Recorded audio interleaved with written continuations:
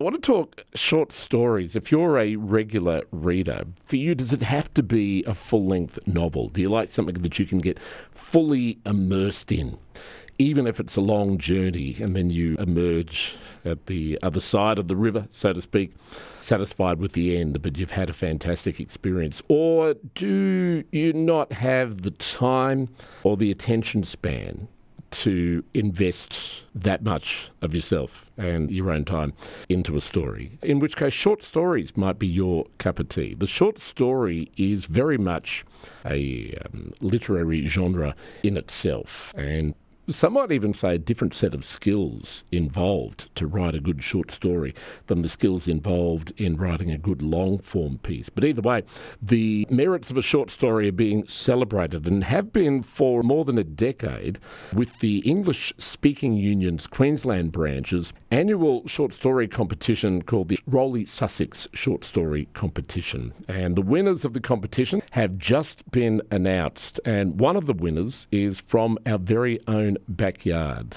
You will meet her coming up a little bit later on this hour. But right now, to tell us a little bit more about the competition and the genre of short stories themselves, the man whose name is on the banner, Roly Sussex. Roly, good morning. Welcome. Always a pleasure to have a chat to you. Oh, it's a pleasure to be talking to Toowoomba. May I delve back into the backstory to start with about this competition? How did you end up with a short story competition named in your honour? It still gets me a little bit surprised from time to time. It's the English-speaking union, which is an international group of institutes. There's a number in Australia, and their mission is to support and propagate the basically excellence in English. And the president in 2012 was a lady called Anne Garms, and she suddenly had an idea: wouldn't it be great if they had a short story competition to go with the other competitions which they run in public speaking for secondary schools? And out of the blue, she rang me up and said, "Would you like a story named after you?" And I sort of had to sort of sit down for a moment and say, wow, this is a little unusual. I'm still alive, this is the sort of things that happen to people who are distinguished and dead. Yes, yeah. But it was a genial idea. I've been very proud of it ever since. And so since 2012, with the exception of 1 year during COVID, when we had a year off and everything was in a mess, it's been happening every year. And I think the standard of writing has continued to increase. It's really remarkable what kind of things the people who enter are. And there are two sections. There's one open section, and there's one for secondary schools. Right. And it's open to Australian residents and citizens. So people who have got to be living in Australia and either have an Australian passport or they've lived here and have residence.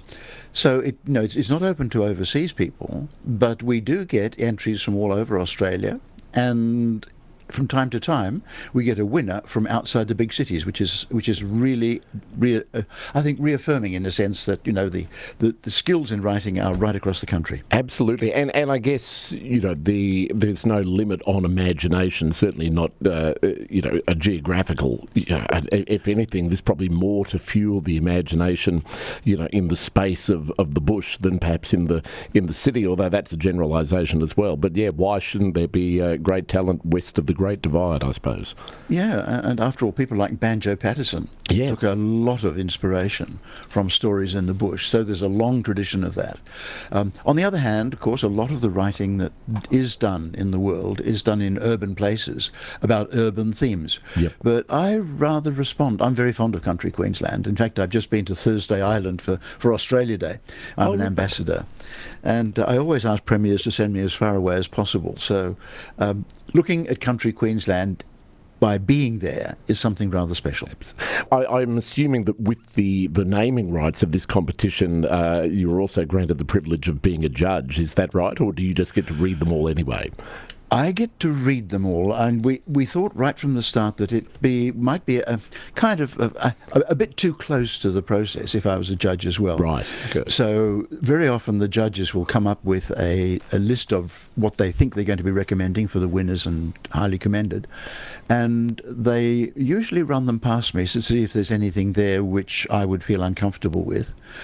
But the judges are such cluey people; they know me very well, and I've never ever had to say, "Look, I think this one's a bit problematic." So the judging is done entirely by two panels, one for the open and one for the schools, and the head of the judges is David Fagan, who used to be editor of the Courier Mail. Yes, yes. So the competition is very much in good hands. Oh, and then some.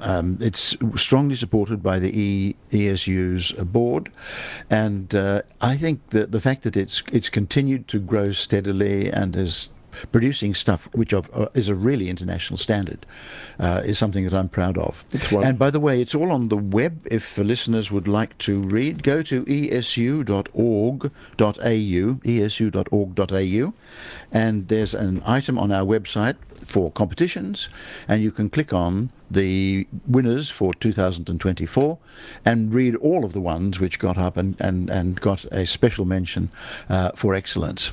And sum up the place of short stories within the world of literature. Have we always had short stories, or did they come with our apparent ever-shrinking attention spans? Are they a recent thing? Yeah, they've been around forever. Right. And Aesop's Fables, for example, 1 to 3 pages in ancient Greek literature. And that means that they've been running for, this is about 5th, 6th century BC, a very long time indeed. But there have been, I think, since about the 18th, 19th century, a real flourishing of some writers who specialized in the short story, like Maupassant in France and Gogol and particularly Chekhov in Russia. And indeed, there was a writer recently called Alice Munro, Canadian, who was famous for her short stories and who won the Nobel Prize for Literature in 2013. So this isn't like Tolstoy writing 800-page novels. No. It's a different discipline, and it's one which focuses the mind wonderfully. I haven't written too many adult short stories, but I have written quite a bit for children, maybe my children and grandchildren. Right. And having only, shall we say, 3 to 5 pages of language which can't be indulgently dense. You've got to be very clear, you've got to have a very clear plan, a clear storyline. You can only go so far into the depth of a character. And that is quite a different thing from writing War and Peace. But it's interesting, though, that their motivation, the English-speaking union's Queensland branch, their motivation, as you mentioned earlier, was to, I'm paraphrasing here because I haven't got it in front of me, but not so much to increase the vocabulary, but to keep English language alive, essentially. Yeah, I suppose it's perhaps even a bit more than that. I think it's promoting excellence in English, because there are literally billions of people worldwide who are learning English in schools and who will use it for business and for travel and for all sorts of commercial purposes. This is something which is an art form, and you could easily write, look, Joseph Conrad, who was a Pole, wrote in English, and Samuel Beckett wrote in French rather than in English sometimes. So there are people who've done things outside their home language. But I think the creative genre of the short story is something which really puts you on the spot and makes you show whether you can do something with a deliberately limited palette of colours. It's like a painter saying, I've only got a few colours to use, let's see what I can do. Because, and I presume no room then for, flowery language or long descriptions, which some people might associate with, good use of the English language. I mean, it's a bit of a fallacy, but a lot of people think that's why they like to read good fiction, because the author has room to expand and be very descriptive. But in a short story, right, that would be a no-no, wouldn't it? There are some short stories. I know some in Russian because I used to teach Russian, which are very, very colourful and evocative and almost poetic, so that you don't only have to have a simple story which will fit in, say, 3 to 5 pages with one major event. You can, in fact, the competition is for original creative writing, and that covers a lot of stuff, including things which might not necessarily be straight fiction. because there is some really fine writing. For example, one of my favourite books is Bronowski's The Ascent of Man, and that has brilliantly beautiful, balanced, elegant, clear English prose talking about the history of human cognition.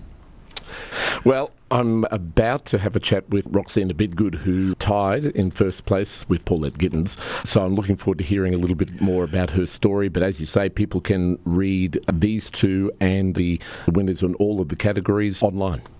And actually, I'd be very interested in hearing what she has to say about how she went about writing that piece. So if you could kindly flick me a link to it when it's gone to air, I will be very happy to listen from afar and to get a bit more understanding about a really, really good writer at work.